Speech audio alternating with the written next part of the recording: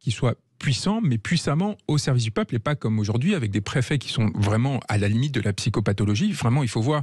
J'étais dans l'Allier il y a 3 semaines en train de défendre des organisateurs de manifestations pour le pass sanitaire en juillet. Enfin, des gamins qui ont participé à des manifestations parfaitement pacifiques, aucun incident.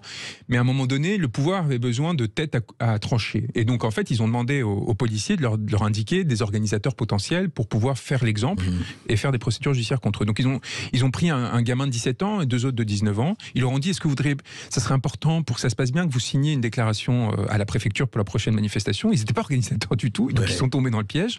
Ils ont fait le truc, bam, tout de suite après, ouverture d'une enquête préliminaire, mise en garde à vue, placée en garde à vue, et pour que la garde à vue soit prolongée, ils rajoutent au délit d'organisation de manifestation non déclarée celui d'entrave à la circulation. Ce qui est extraordinaire, ils sortent du code de la route une infraction. Toute manifestation, une entrave à la circulation. Si on commence comme ça, il fallait des têtes. Non mais attendez, donc des gamins, dont un mineur, ça c'est la première chose. Et ils le mettent en garde à vue, ils les convoquent, et dans l'attente de leur procès, c'est quand même des petits délits. Enfin, à la limite, vous mettez une amende, s'il fallait faire une amende. Qu'est-ce qu'ils font ? Ils leur mettent un contrôle judiciaire avec interdiction de fréquenter l'ensemble du département de l'Allier, où ils vivent, où ils travaillent. Qu'est-ce qui se passe ?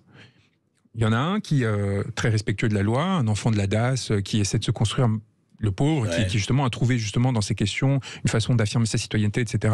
Il part en Belgique, terrorisé. En fait, il trouve une famille qui l'accueille en Belgique, il part en Belgique. Mais il y en a un autre qui est né à Vichy, qui en fait, qui à un moment donné part quelque temps, mais il se dit, mais je peux pas attendre 6 mois parce qu'il faut 6 mois pour qu'il soit jugé. Donc il revient à Vichy, il prévient la police, il leur dit, écoutez, j'ai trouvé un travail, il faut que... Et lui, ils lui disent, pas de problème, vous inquiétez pas, on va ajuster le contrôle judiciaire. Donc son avocat fait les démarches.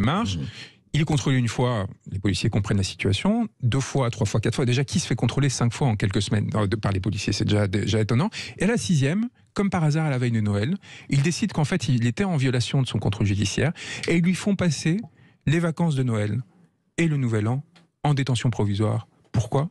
Parce qu'il aurait organisé une manifestation sans aucun incident en juillet, sans l'avoir déclaré. C'est-à-dire sans avoir signé un papier. Et je me retrouve à les défendre 3 semaines plus tard à Vichy devant le tribunal, avec la juge qui leur dit, mais attendez, c'est juste une question de papier.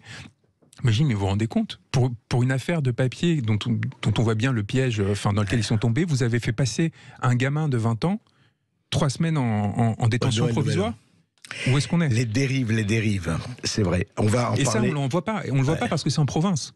Et que les médias aujourd'hui n'ont plus les moyens de relayer sur... Et donc en fait l'arbitraire, là je vous parlais d'un événement qui est très spécifique comme Combat et Liberté, mais l'arbitraire se diffuse.